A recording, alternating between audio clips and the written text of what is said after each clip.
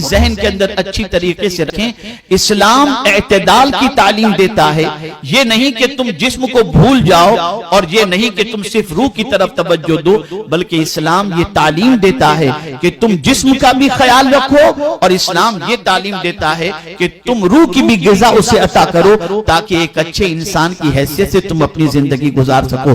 اسلام یہ نہیں کہتا کہ تم جو ہے رہبانیت اختیار کر لو، اسلام یہ نہیں کہتا کہ تم گوشہ نشینی اختیار کر لو، نہیں، بلکہ اسلام یہ تعلیم دیتا ہے تم انسانوں کے درمیان بھی رہو، لیکن انسانوں کے درمیان میں رہتے ہوئے تم اللہ کی بندگی بھی کرو، اور جس نے تمہیں پیدا کیا ہے اس کی تعلیم پر عمل بھی کرتے ہوئے جاؤ، اور ساتھ ہی ساتھ جہاں جسم کی غذا پہنچاؤ وہاں روح کی غذا بھی پہنچاؤ، اور جہاں روح کی غذا پہنچاؤ وہاں جسم کی غذا بھی پہنچاؤ۔ بہت سارے مسلمان آج کے دور میں غلط فکر کے شکار ہیں، اور وہ یہ تصور کرتے ہیں کہ اگر بہت اچھا انسان بننا ہے تو دنیا کو چھوڑ دو اور دنیا چھوڑ کر کے گوشہ نشینی اختیار کر لو اور عبادت کرو خوب جم کر کے، اس سے تم کو اللہ عز و جل کا قرب نصیب ہوگا۔ اسلام اس کی بھی تعلیم نہیں دیتا۔ میں آپ کو رسول اعظم صلی اللہ علیہ وسلم کی ایک حدیث کی روشنی میں اس کو سمجھاؤں۔ تین صحابہ، ام المؤمنین حضرت عائشہ صدیقہ رضی اللہ تعالی عنہا یا امہات المؤمنین میں سے کسی ام المؤمنین کے پاس پہنچے۔ کیوں پہنچے؟ یہ جاننے کے لیے کہ آقا کریم صلی اللہ تعالی علیہ وسلم عبادت و ریاضت کتنی کرتے ہیں اور کیسے کرتے ہیں۔ جب وہ پہنچے تو ام المؤمنین نے رسول اعظم صلی اللہ علیہ وسلم کی عبادت کا تذکرہ ان کے سامنے کیا، آپ کے شب و روز کے معمولات ان کو بتائے۔ تو صحابہ کرام نے سنا، تو سننے کے بعد ان کے دل میں خیال پیدا ہوا کہ سرکار صلی اللہ علیہ وسلم تو سید الرسل ہیں، وہ اگر آرام بھی کریں تب بھی ان کا مقام تو بہت عرف و اعلیٰ ہے، لیکن ہم تو گنہگار لوگ ہیں۔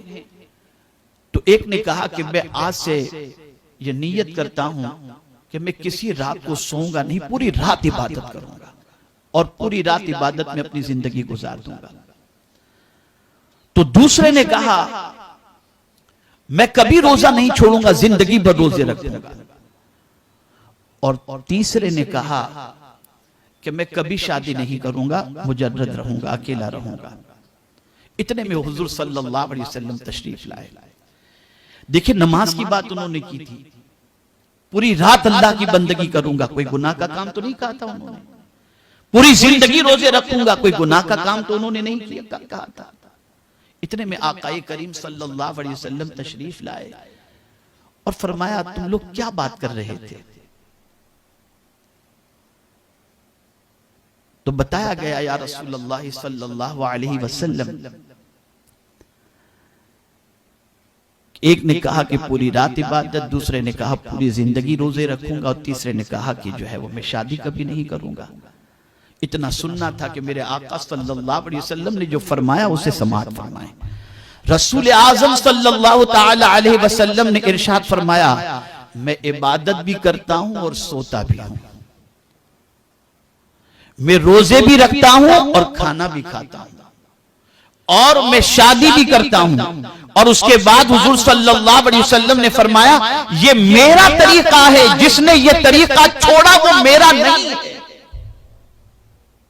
اب آپ اندازہ لگائیے کہ اگر کوئی شخص یہ سوچے کہ میں بیوی کے قریب نہیں جاؤں گا، شادی نہیں کروں گا، پوری رات عبادت کروں گا اور پوری زندگی روزے رکھوں گا، تو یہ ساری چیزیں کرنے کے باوجود بھی وہ حضور کی غلامی کے دائرے میں نہیں آ سکتا۔ غلامی کے دائرے میں وہی آئے گا جو عبادت بھی کرے گا، آرام بھی کرے گا اور طریق مصطفیٰ صلی اللہ علیہ وسلم پر چلتا ہوا دکھائی دے گا۔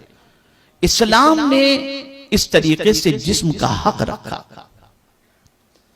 میرے پیارے آقا صلی اللہ تعالی علیہ وسلم کے پیارے دیوانوں، اب دوسرے اینگل سے دیکھیں